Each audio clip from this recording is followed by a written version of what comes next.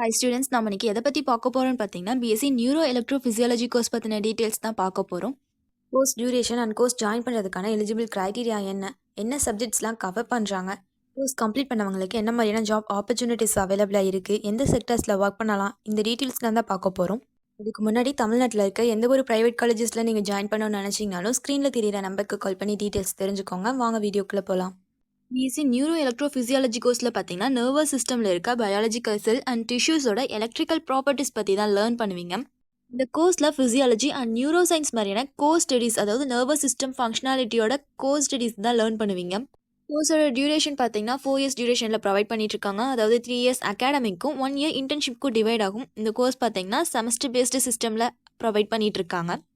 Course join பண்ணுறதுக்கான eligible க்ரைட்டீரியான்னு பார்த்தீங்கன்னா 12th physics, chemistry, biology or mathematics சப்ஜெக்ட்ஸில் மினிமம் 50% மார்க்ஸோட கம்ப்ளீட் பண்ணியிருக்க ஸ்டூடெண்ட்ஸ் இந்த கோர்ஸ் ஜாயின் பண்ணி படிக்கலாம். கோர்ஸ்க்கான அட்மிஷன் ப்ராசஸ் பார்த்தீங்கன்னா மெரிட் பேஸ் பண்ணியும் என்ட்ரன்ஸ் எக்ஸாமினேஷனை பேஸ் பண்ணியும் இருக்கும்.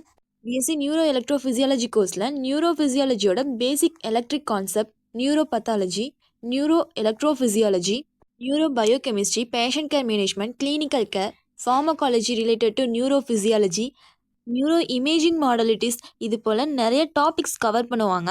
இந்த கோர்ஸில் ஸ்டூடெண்ட்ஸ்க்கு கவர் பண்ணக்கூடிய சப்ஜெக்ட்ஸ்னு பார்த்தீங்கன்னா anatomy, biochemistry, electro encephalography and electronics, clinical neuro physiology, medical ethics, nerve condition studies, இந்த மாதிரி நிறைய சப்ஜெக்ட்ஸ் டீச் பண்ணுவாங்க.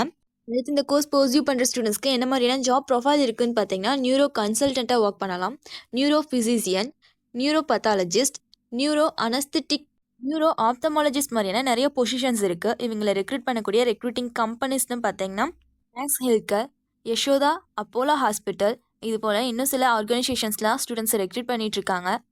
கிராஜுவேட்ஸை ரெக்ரூட் பண்ணக்கூடிய செக்டார்ஸ்னு பார்த்தீங்கன்னா neuro centre, hospitals, clinic, rehabilitation சென்டர்ஸில் ஒர்க் பண்ணலாம்.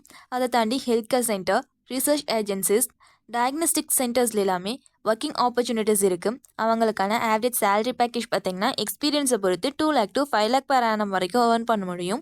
அடுத்த கோர்ஸ் கம்ப்ளீட் பண்ண பிறகு ஸ்டூடெண்ட்ஸ் பார்த்தீங்கன்னா neuroscience and neuro physiology ரிலேட்டடான ஃபீல்டில் போஸ்ட் கிராஜுவேட் அண்ட் டாக்டர் ஸ்டடீஸை சூஸ் பண்ணலாம்.